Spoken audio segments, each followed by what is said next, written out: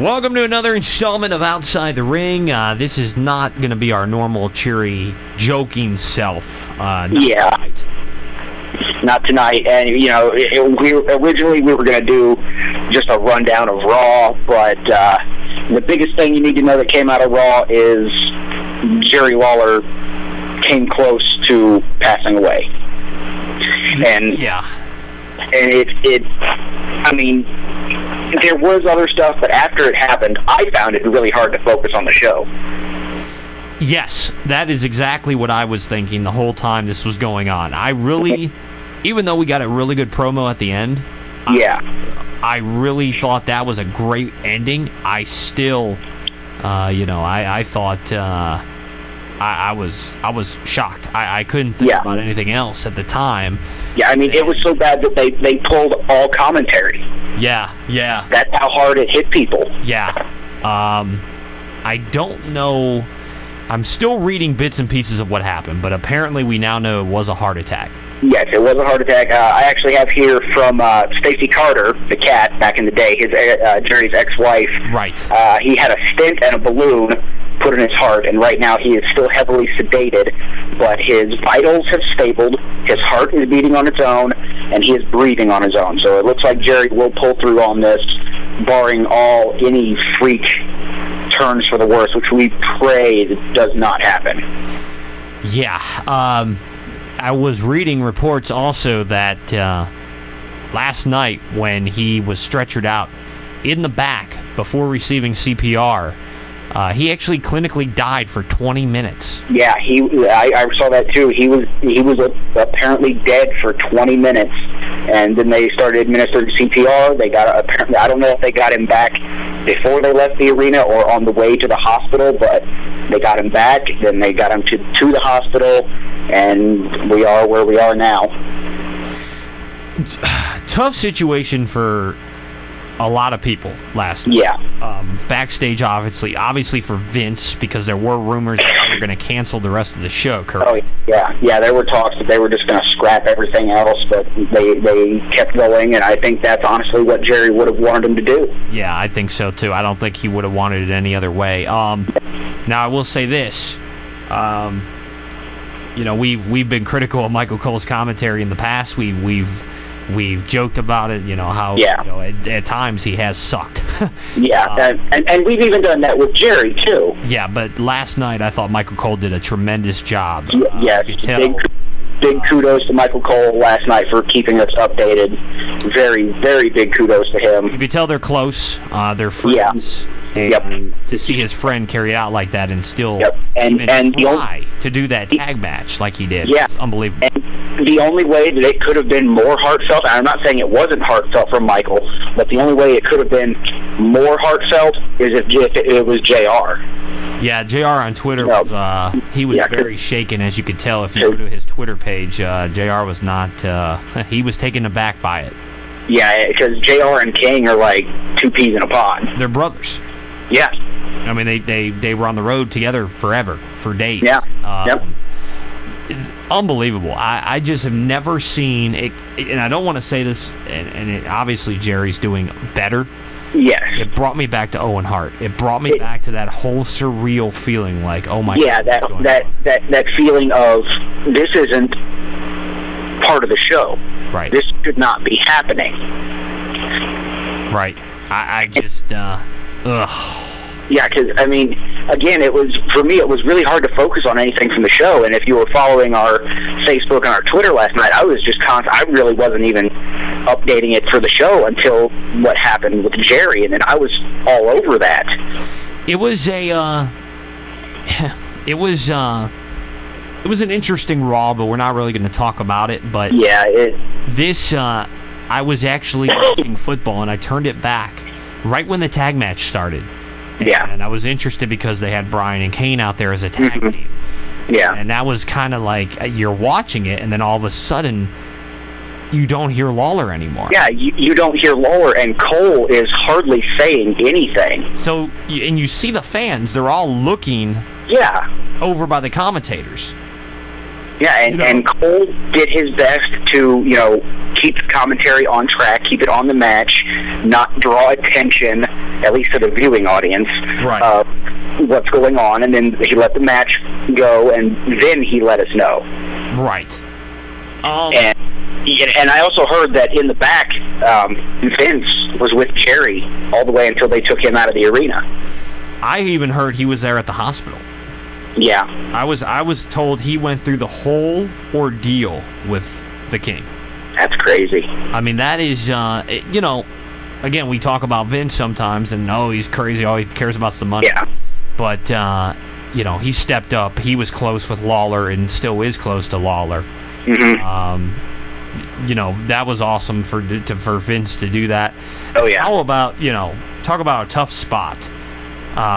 For, Cena, Punk, and Brett to go out there and deliver that, that promo while all that crap was going on backstage.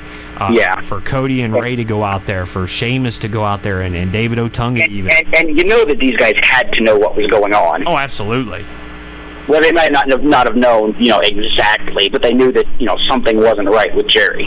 They knew because he was backstage and he was getting CPR in, and at the time, I give those. It was almost like watching a house show live without the commentary.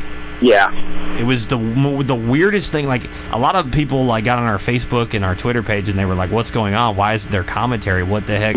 If you were just tuning in and you heard nothing, you would think it's a storyline or something. Like, what's going on? It was kind of creepy almost. Yeah, I mean, to watch the show, no commentary, it was kind of eerie.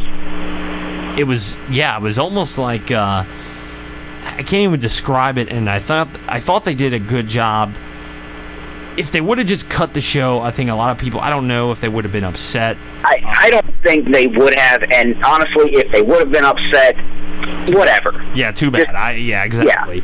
Yeah. And the one thing that really made me mad about last night was I was on Twitter, and I saw people joking about this situation. Yeah, I put that on my Facebook or on my Twitter page, and then I saw you guys retweeted it. The man almost died, and you're joking about it? Saying it was fake and all this stuff, yeah. Oh, yeah, right. Yeah, I totally agree. It absolutely, stupid. It was like they were on Twitter, talking crap, and why? It was like when Benoit died. People joked about that.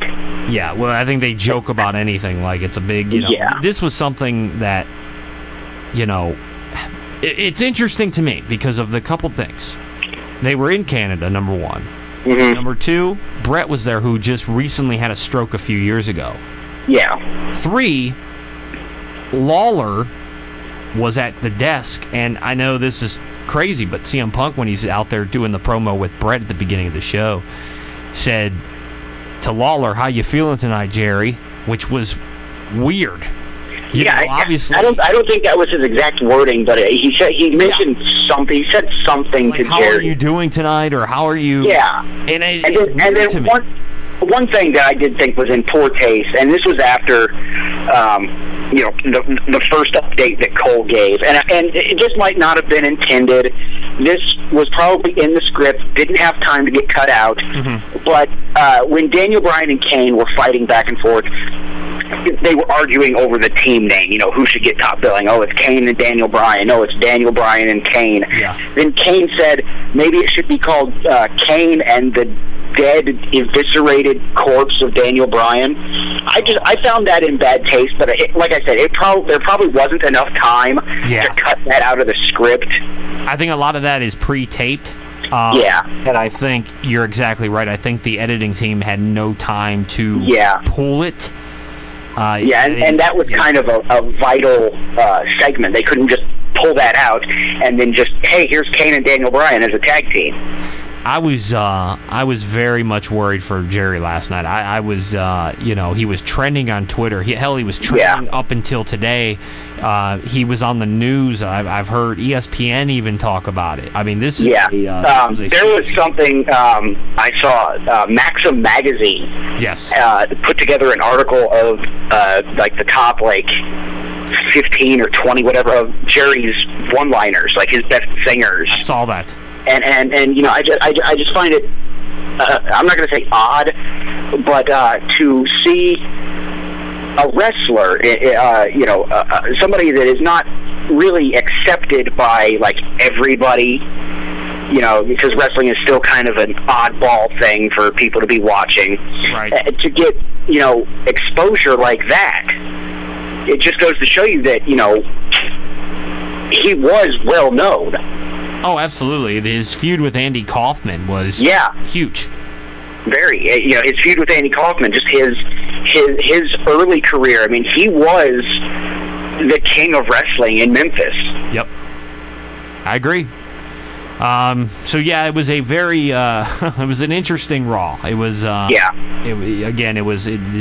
you know, this is not a normal kind of show for us, but we thought we had to come on here tonight and it was really give our prayers are going out to the Lawler family this time. And I know you texted me last night, and you said, "Well, I guess I know what our show's going to be tomorrow," and I just said, "No question," because you know this is what everybody's talking about now. Forget CM Punk and John Cena. Yes, they had a great promo last night. Yep. But it was overshadowed by Jerry. Yeah, it was like you said at the beginning of this podcast. It was hard to get through last night, the rest of it all, because you didn't really care. You wanted to know what was going on with Lawler. Yeah, because I know that I was on the computer almost nonstop, just looking for updates on Jerry, and I barely paid attention to the rest of the show. Yeah.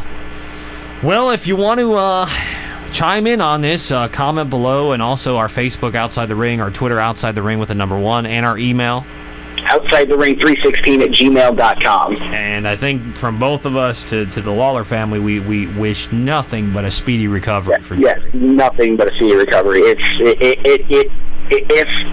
And again, God forbid this, if the worst does happen, Raw just won't be Raw without Jerry on commentary. That, and I think if he does make the recovery that we're really hoping and praying he does, I think his in-ring career is definitely over.